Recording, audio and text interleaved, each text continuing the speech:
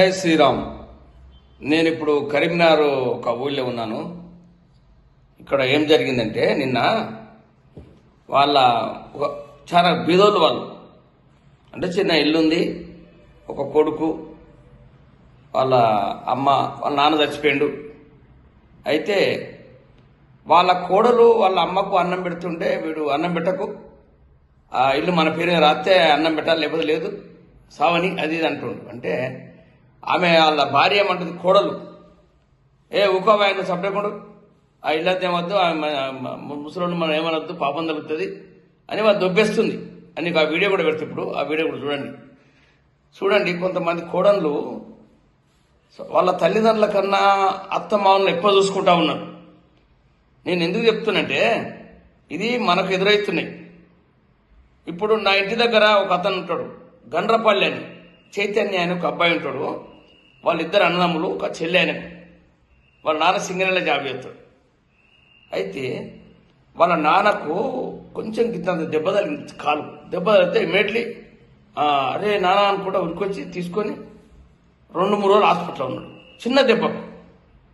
అంటే కొంతమంది కొడుకులు ఇట్లా ఉన్నారు, కొంతమంది కొడుకులు అట్లా ఉన్నారు. ఎందుకు చెప్తున్నట్టే, ఒక విలేజ్లా బీద కుటుంబంలో ఉండి వాళ్ళ కోడలు వాళ్ళ అత్తను కొట్టనిత్తలేదు, మొగన్ని చెప్తాను. మళ్ళా అట్ల తర్వాత ఇక్కడ చదువుకున్న వాళ్ళు, ఈ పిల్లగాడు నేను చూసినాను నా జీవితంలో.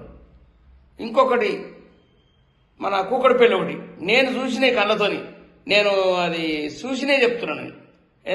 ఇన్ఫ్యాక్ట్ ఈ మన ఏదో కల్పించి చెప్పుడు కాదు, కూకడిపల్లి ఆయనకి 2 కొడుకులు, ఒక బిడ్డ చెన్నైలో ఉంటుంది. అది పెళ్ళి అయింది. పెళ్ళి అయినాక 4-5 నెలలకే మీ అమ్మ నెల కొడుతూ వస్తాడు. నేను చూసేటి ఇవన్నీ మీకు ఎందుకు చెప్తున్నంటే, జీవితం అనేది మీరు ఉన్నప్పుడు మీ తల్లిదండ్రులు కొన్ని దాచుకోండి, కొడుకులో తెలవనీయకుండ్రి, తెలిస్తే మిమ్మల్ని చంపుతారు.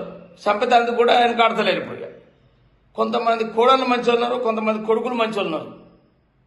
ఇప్పుడు కోడలు కొడుకు ఒక్కటైందనుకో మిమ్మల్ని చంపేస్తారు, కంపల్సరీ ఏదో విధంగా చంపేస్తారు. అందుకే జాగ్రత్త పడండి. మీరు తల్లిదండ్రులకు నేను ఒకటి చెప్తున్నా, పిల్లలకు మనం కన్నందుకు వాళ్ళకు ఉంటే ఇవన్నీ, లేకపోతే లేదు. వాళ్ళ బతుకు వాళ్ళు బ్రతుకు.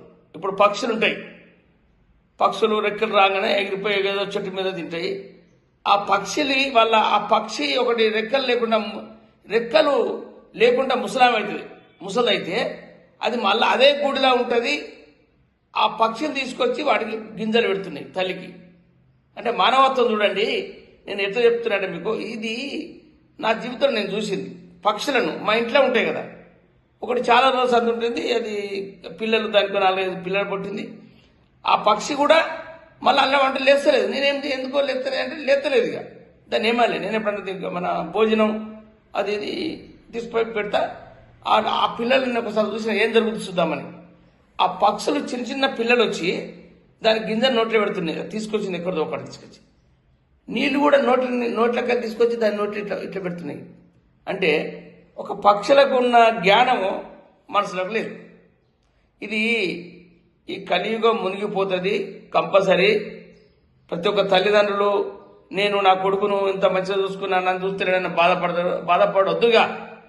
మనసు కొట్టేసుకొని జీవితంలో మీరు పెద్దలు ఏం చేయాలో అది చేసుకోండి.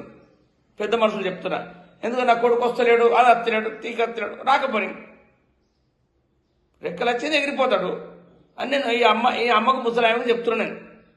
ఎందుకంటే వద్దు బిడ్డ పోని, వాని పాపం వానికే పోతాడు అని అంటుంది. కొడుతుండు వాడు తల్లిని, తిడుతుండు నా ముందే. ఇక నేనేమనాలే. కొంతమంది ఇట్లా ఉన్నారు. నేను గండ్రపల్లి చైతన్య అనే పిల్లగాడు చూడదు, ఎంతమంది పాపం నేను పరిసర ఎత్తుడు నేను చూస్తా అంటాడు. నా పక్క పంట నా ఇంటి దగ్గర ఉంటాడు వాడు. ఇట్లా ఇంత మంచి వాళ్ళు ఉన్నారు.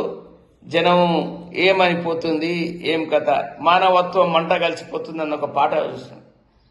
ఇది జీవితం చాలా చిన్నది. మనం ఎప్పుడు చచ్చిపోతాం, అందరు చచ్చిపోతారు. నేను ఎందుకు చెప్తున్నంటే, జీవితం మనం ఎప్పుడు చచ్చిపోతామో తీసుకుపోయి బయటపడతారు కథ అయిపోతుంది. మీరు చనిపోతారని నాకే చనిపోతాను తెలుసు.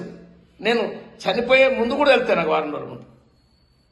మన దగ్గర 2, 3, 4, 5 లక్షలు పెట్టుకుంటే ఆ పక్క పండు మున్సిపాలిటీ వస్తారు, పడేవాడతారు కదా, అంతే. దానికి మనం బాధపడాల్సిన పని లేదు, దేనికి లేదు. ప్రతి ఒక్కరికి పెద్ద మనసుకు ఒకటి చెప్తున్నా, ముస్లిం వాళ్లకు, అమ్మ మీరు ఎట్టి పరిస్థితుల్లో బాధపడకూర్రి, మీరు ఇలా కొన్ని దాచుకోండి, కొన్ని కొడుకులకు కోడళ్ళకు తెలియకుండా కొన్ని డబ్బులు దాచుకోండి, మీరు ఉండండి అని కోరుకుంటున్నాను. నేను తెలుగు ప్రజలకు ఒకటి చెప్తున్నాను, నేను ఎవరిని ఉద్దేశించి మాట్లాడతలేను. నాది కాశెట్టి కుమార్. ఇన్ఫ్యాక్ట్ నేను చూసినే చెప్తాను, ఆ చూసినే చెప్తుంటే మీరు వినండి, విని మీరు ఆలోచించుకోండి. జయశ్రీ చెప్తున్నా. జై శ్రీరామ్, జై భద్రకాళి, జై శ్రీరామ్, జై శ్రీరామ్, జై శ్రీరామ్.